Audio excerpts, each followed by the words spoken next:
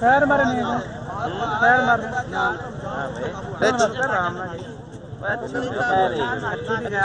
सरकारी है बंदा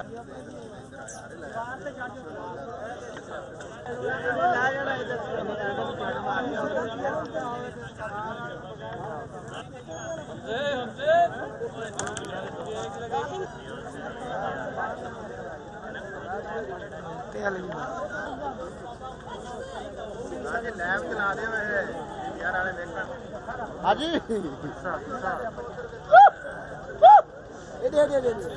चला तवनु निकले छदा के पीछे वाले नहीं वजना देखी जाल को चलू दे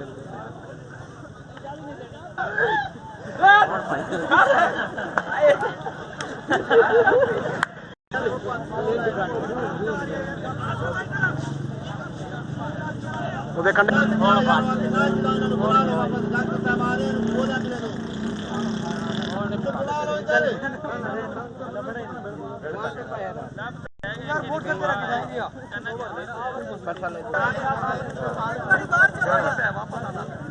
नहीं अगे जा रहे भाई वापस भजो भजो पर करा रहा हूं दसो यार सारे बच्चे साइड ते खड़े रहिए ये चंगी गल नहीं है।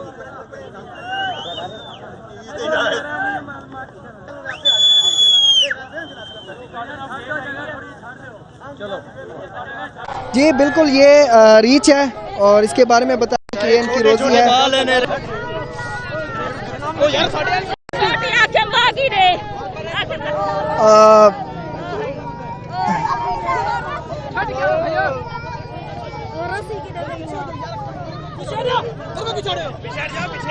रीच इस वक्त जो है ऑडियो ठीक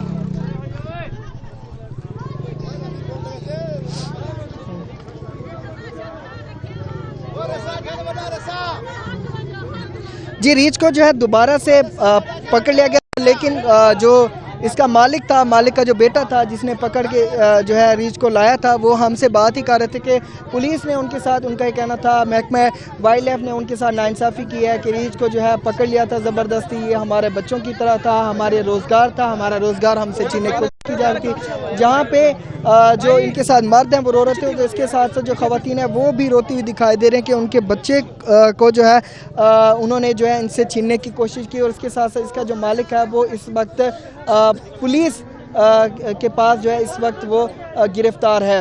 रीच बताया जा रहा है कि पालतू है, ख़तरनाक नहीं है और इसको जो है उन्होंने पकड़ा हुआ है।